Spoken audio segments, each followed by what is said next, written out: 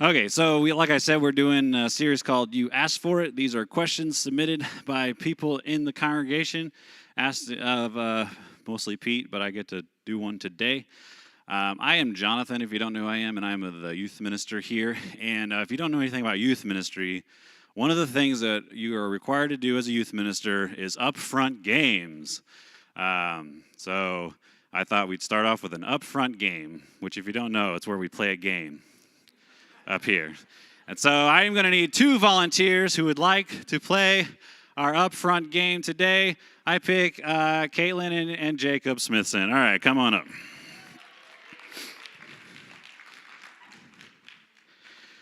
Come on. Okay, quick little side note while they're walking up here. We just got back from a youth trip last night. I pulled in at home at like 1 a.m. So, yeah, I'm feeling it. I did not know about the extra hour of sleep that I got, but apparently I got one.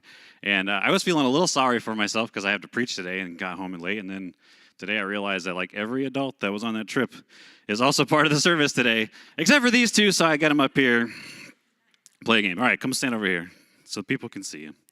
Here's the game. Here's your first goal. You can stand right. Yeah, just face so people can see. All right. Kaylin, here's your goal. And this is how the game is going to work. First of all, your goal is do not get hurt. Okay? Jacob, your goal is do not hurt Caitlin. Okay. The second goal for Jacob is I'm going to give you 30 seconds. And in 30 seconds, I need you to walk off the stage. Okay? You're going to walk down the stairs off the stage, all right? Caitlin, your goal for 30 seconds, make sure Jacob doesn't walk off the stage. Okay? Now, this is an act of strength, okay? So no weapons, no bribery, nothing like that. You have to use your strength only. Here we go. 30 seconds on the clock. On your mark, get set, go.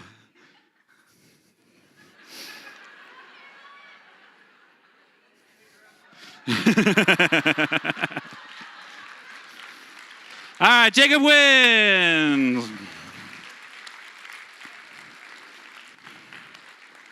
All right, I promise that will maybe be relevant later. All right. Today, question is, you asked for it. Pete gave me this question about a month ago, and I'm going to read it to you guys. And this is the question that Pete didn't want to do, so he's making me do it. Here we go. I am a student, and I have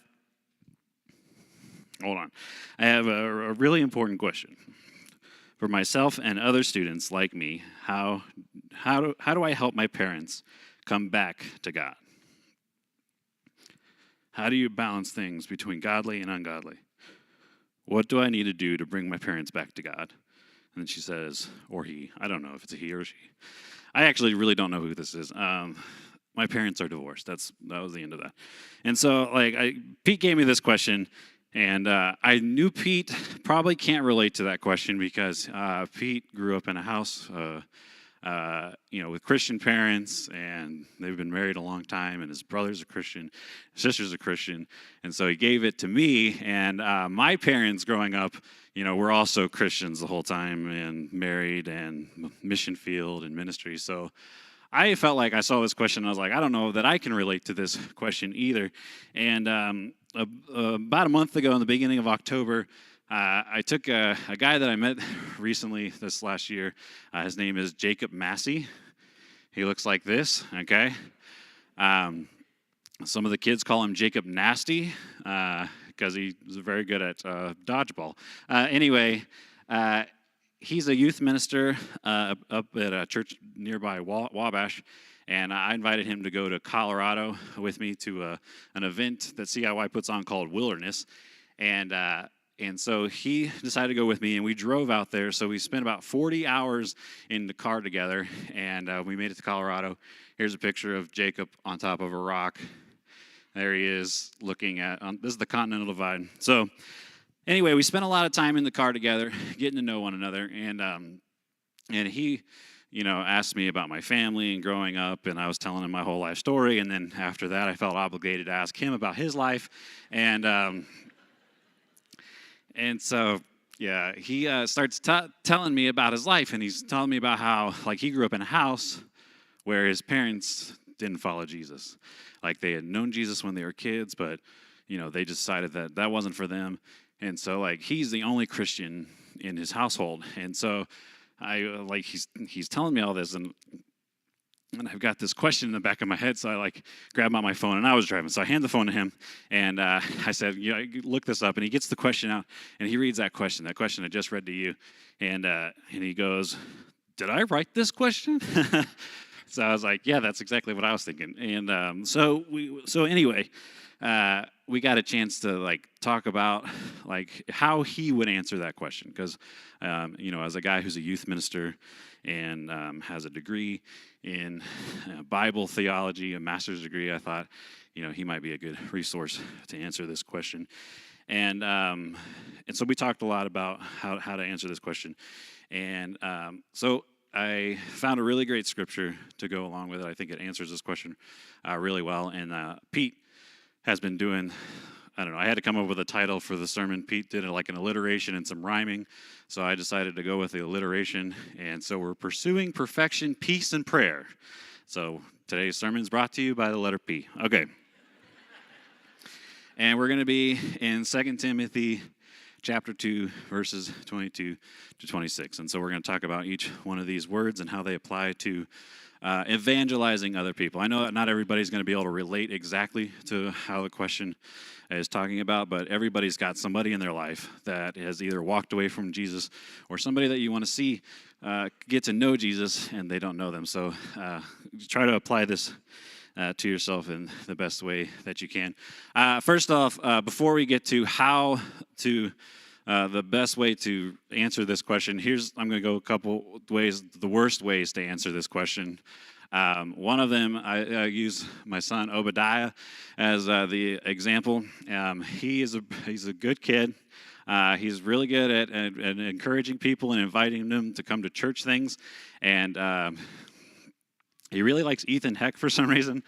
I mean, Ethan Heck seems like a great guy, but it just seems a little weird how much he likes him. But anyway, so they go to Sunday school together, and Obadiah is always like, hey, Ethan, you should come to youth group tonight. And Ethan's like, oh, I don't know what my plans are today. And Obi's like, you should go to youth group. And Ethan's like, I'm not really sure. And then Obi's like, go to youth group or I'm going to kill you. And then Ethan doesn't go to youth group, but he's still alive, so not a great way, all right? You can't force somebody to accept Jesus. But the other one that is another bad example is from Jacob Smithson. He was just up here. Here's a beautiful picture of him with a lollipop. Last night when we were driving in our late hours of driving, he was telling me what he would do if he won the Powerball, and he said, first of all, he would build a bullet train that goes from his house to my house, which is kind of sweet, I guess. And then he said I uses the rest of the money to force everyone to become Christians. And I don't think, even if you won the Powerball, you would have enough money to accomplish either of those things. But that's also not a great example of how to do it. When it comes to knowing Jesus and making that decision to follow Jesus, that's really on the other person. And so there's not a lot we can do to force or to bribe other people to want to go and follow Jesus. Which brings us to our text today of, how do we evangelize? How do we reach the people that are lost or who have walked away from Christ? And I think we find a good answer here from Paul when he's writing to Timothy. This is in 2 Timothy chapter 2. All right, I understand why Pete has the water bottle up here now. Okay, verse 22. So, flee youthful passions and pursue righteousness, faith, love, and peace, along with those who call on the Lord from a pure heart. Have nothing to do with foolishness, ignorant controversies. You know that they breed quarrels. And the Lord's servant must not be quarrelsome, but kind to everyone, able to teach patiently, endure evil, correct his opponents with gentleness. God may perhaps grant them the repentance leading to the knowledge of the truth, and they may come to their senses and escape from the snare of the devil after being captured by him to do his will. So I think this verse really does a great job of answering this question. How do we respond to people that have fallen away from Christ or who don't know Christ? And I just wanted to read through that whole thing because just by itself, I think it answers that question. But I just want to highlight a few things as we talk about our P words here this morning. First off, we'll start back in 22. It says, "So flee youthful passions and pursue righteousness." Now, when I was coming up with the title, I had to come up with a P word. So I think a P word that kind of means the same as righteousness is pursue perfection. And part of the job of us in reaching other people is that we need to be the light of the world. And I think in order for us to be the light of the world, we need to identify in Christ and place our identity in who he is, place our identity in his perfection and in his righteousness, and strive to be perfect as he is perfect and righteous as he is righteous. And when we're talking about identity, a lot of times we think of identity, especially if you're younger, you might think like of an identification, like what your name is, your date of birth. Just a quick story. This is a really dumb story, but I'll tell you real quick. It has to do with identity. Instagram. I've had an Instagram for a long time, but last year, two of my kids have gotten an Instagram, and I realized as they had Instagram that a lot of teenagers in the schools have Instagram. So I decided I would try to use Instagram more to be able to connect with students better. And so some of you guys, probably noticed that a little bit, hopefully. Anyway, I didn't have a lot of followers on Instagram when I started using Instagram, and I wanted to make sure that the teenagers knew I was cool. So I was like, how do I get more followers? And I came up with a really, really dumb idea of how to get more followers. I went online on the Instagram app, and I just looked up everybody whose name is Jonathan Greene on the Instagram app, and I followed them and liked a bunch of their posts. And I thought if I saw a guy named Jonathan Greene following me and liking a bunch of my posts, I would think that was funny and probably follow him back. And it kind of worked. Like 3 of them followed me back. So I got like 3 new followers from it. But I also have like a whole bunch of Jonathan Greenes on my feeds now that I see. And they all have like really distinct personalities. There's one Jonathan Greene who's like always riding bikes or taking pictures of himself about to go ride a bike or taking a picture of where he rode his bike to or what his bike looks like. So I was like, I always think like if I was, I could have been that Jonathan Greene. If I had decided to keep riding my bike all the time, I could be fit like that Jonathan Greene and be riding my bike. And then there's like another Jonathan Greene. He's like really good at drumming. And I'm like, man, if I, practice drums more, I could be like that Jonathan Greene. And one of them's a real estate agent. And he's always posting about houses. And I'm like, I don't know if I want to be that Jonathan Greene, but it's kind of like the multiverse. I don't know if you're familiar with the multiverse. Like I'm seeing into these other universes of who I could be. And so there's a lot of differences in our personalities and a lot of difference in the things that we identify ourselves with. But the core as Christians, the root of our identity is in Christ and in his righteousness. And a lot of times when we talk about righteousness and talk about perfection, it can get, we can get to this place where we start to think like, oh, my righteousness and my perfection is what saves me. And that's not what saves you. Christ is what saves you. But our righteousness and our perfection is what makes us a light to other people. But the hard thing about that is people still always make mistakes. I made a mistake recently, and I would like to tell you about it. I was in a parking lot. I think I was at Meijer or something, and I parked next to a car.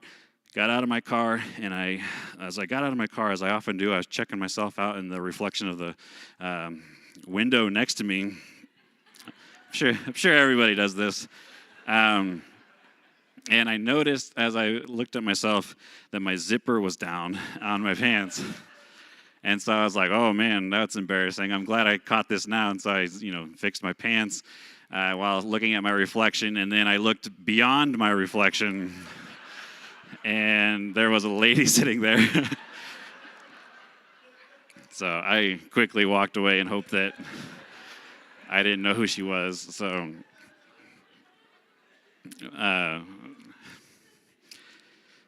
obviously, we make mistakes. And so, like, when you're talking about, I know that's not a good example of exactly what I'm talking about, but we have sin in our lives, especially if you're a teenager growing up in a household. Teenagers make a lot of poor choices, and that creates a lot of problems in your family. So it can be really hard when you're trying to evangelize your parents and also being a teenager. But we strive our best to be the perfect, be righteous in those situations.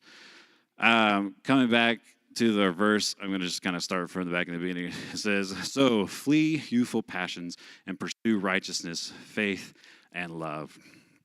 And I'll tell you a quick story about Dave Stokes. I'm sure most of you know he's kind of like working towards retirement at this point, and part of that process is that Dave has 1 bajillion books that he has stored all over this church building. And so he's been trying to get rid of a lot of them. And so he made me go and look at all of his books and pick out the ones that I wanted. And this was one of the ones that I picked. And it is an NIV commentary Bible. And I thought, wow, this would be really cool to have for when I'm working on sermons. So I got this Bible out. And, if you've never used a commentary Bible, you go to the verse that you're trying to find out stuff about and see what it has to say. And so I went to this verse, the 2 Timothy in chapter 2, and hit the commentary. The commentary focused on one word in this entire section, and the word that it focused on was youthful. And the commentary said, Timothy was young. And I was like, that was not helpful at all. Okay. But, however, when I was looking at this word love, I had another verse come to mind that I kind of thought fit with the question from today. And so it was this verse here, and it says, "You have heard that it was said, love your neighbor and hate your enemy. But I tell you, love your enemy and pray for those that persecute you, that you may be children of the Father in heaven." And I got into this commentary, and I was like, okay, great. We know that Timothy's young. What does it have to say about this? And this I thought was actually pretty good. And it says that prayer is one of the most practical ways that we can love, that love can express itself.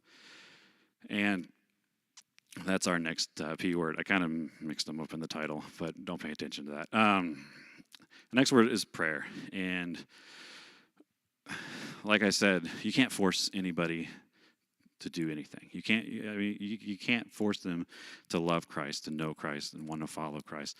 One of the best things that we can show them love, as it says in the verse in Timothy, is by praying for them and praying to God that God would soften their heart and that they might be able to hear the gospel and accept it as we have accepted it.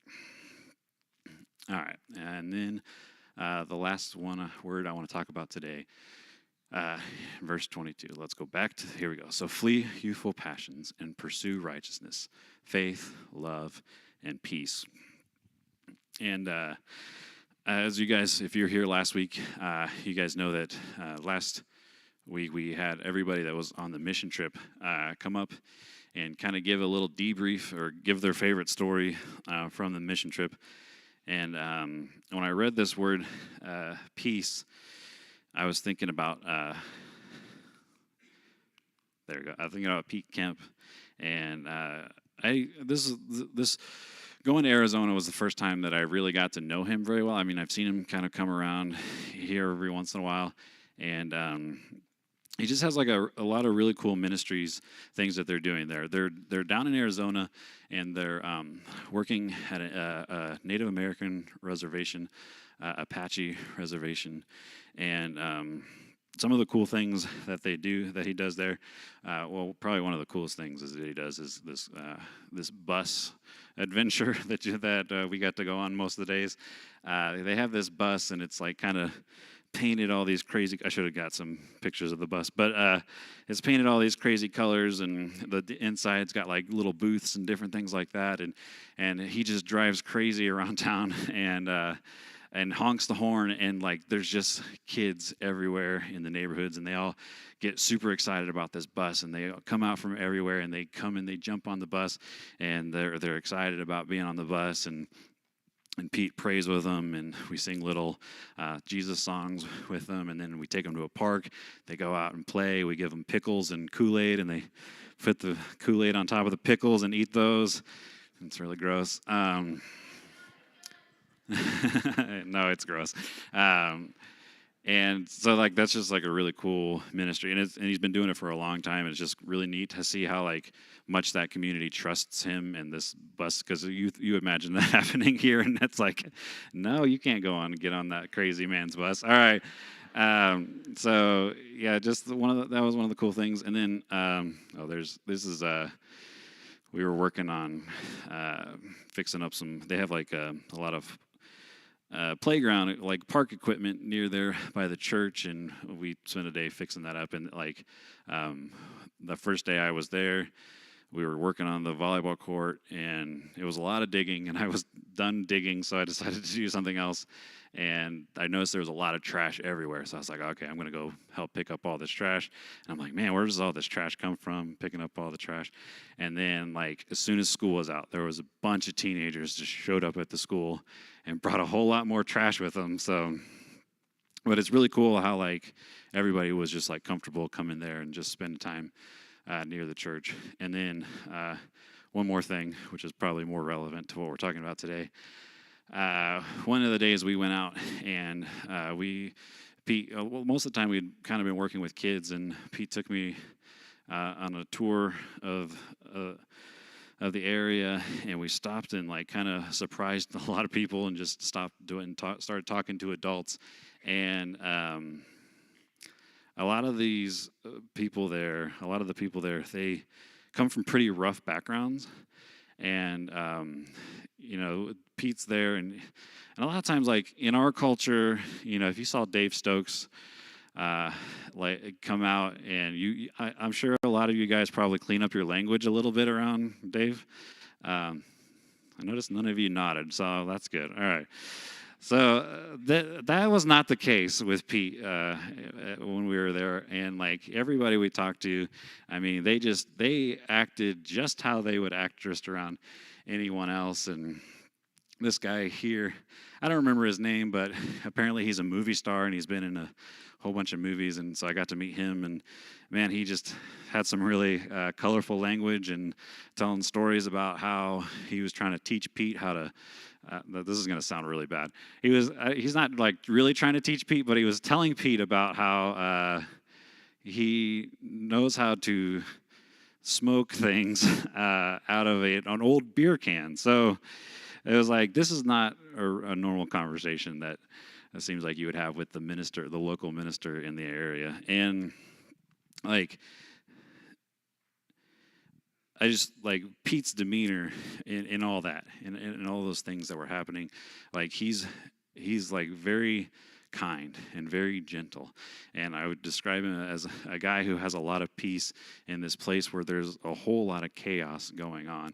And it's like, a lot of these people are people that he's been ministering for years and years and years, and some of them, it just seems like they haven't quite figured it out, or haven't quite got it or caught on to it. And it seems like for him, it would be easy for him to get angry or get upset about that, or maybe become bitter about those things, but he just seems like he's always full of joy and love for these people, and he's always got a peace with them. And obviously, if you're a teenager, growing, any household that's got a teenager in it, the peace is probably not always the best word to describe that household. And so, like, if you're a teenager that's trying to evangelize your parents, there's a lot of times where peace seems impossible. I found this verse, and I wanted to read it to you. John chapter 16, verse 33, it says, I have said these things to you, that in me you may have peace. In the world you will have trouble, but take heart, I have overcome the world. And so there's all sorts of different things in this world that could create us to not have peace, but we can focus on the fact that God has conquered all of those things, and we can find peace in Jesus, even though we have all these tribulations in our lives. One of the things that Jacob Massey and I talked about as we had our long conversation in the car was, we talked about all these things. We talked about prayer. We talked about having peace in the household, and we talked about living your best life to be the good example and what that all looks like. But another thing that he brought up was the story of the prodigal son, and I'm sure a lot of you are familiar with this story. It's the story where the father. There's a son, and he goes to his father, and he doesn't want to live at the house anymore, and he asks the father for an inheritance. The father gives him an inheritance. He takes that inheritance, and he runs away, and he goes to a city far away, and he spends years there just spending all of his inheritance on all sorts of sinful living in his life. And then after a while, he runs out of money, and he gets to this point where he's like, well, at least my father's servants are doing better than I am. Maybe I can go back and be one of my father's servants. And so he goes back to his father's house, and as I'm sure a lot of you know, the father sees him, and the father rejoices, and he's excited, and he throws a big celebration because his son that was lost has now come back. And then the father has another son, and that son is like upset. And he's bitter, and he's like, why? I've been here this whole time. Why have you? Why are you celebrating this guy that's taken all your money and just basically cursed your name, and now he's coming back? Why are you celebrating him when I've been here this whole time? And so we have like these three different people in the story, and a lot of times, like in youth ministry, we'll tell a story like that, and we say, well, okay, which person, which character in Jesus' story do you identify with? And a lot of times, we hear that story, and we might identify with the guy that was lost. We spent some time away from Jesus, but then we came back to him. Or we might identify with the brother who was very bitter about somebody being lost and then coming back and being accepted. But I think that we're called to identify with the Father. The Father in the story represents God, and he represents Jesus. And we are to be like Jesus, and we are to be like God. And so when we have people in our lives that we see, they leave us, that they leave the faith, and it's easy for us to become frustrated with that. It's easy for us to become angry. It's easy for us to become bitter. But I think God wants us to seek peace in those times, to do our best to seek after righteousness and perfection, and to just pray for those people, pray that their hearts would be open, and that they can know the Father like we know the Father. Thank you. I'm going to pray. Hold on. I can't just leave. Hold on. I forgot how to do this. I don't get to do this very much, so I'm supposed to do an invitation, which is particularly important today. Right now, there's a band here. Okay, here they come. Okay. Whew. Sorry, here is your cue. Today, we are going to stand and we are going to have a song of invitation. I know that my sermon was really geared towards people who already know Jesus and how they should seek people that are away from God. But today, if there are people here that feel a calling to God and want to make a decision about that, we're going to play a song of invitation, which means the band's going to play music, and you have an opportunity to come forward. And if you have a decision to make, you can come forward and make that decision at this time. Let's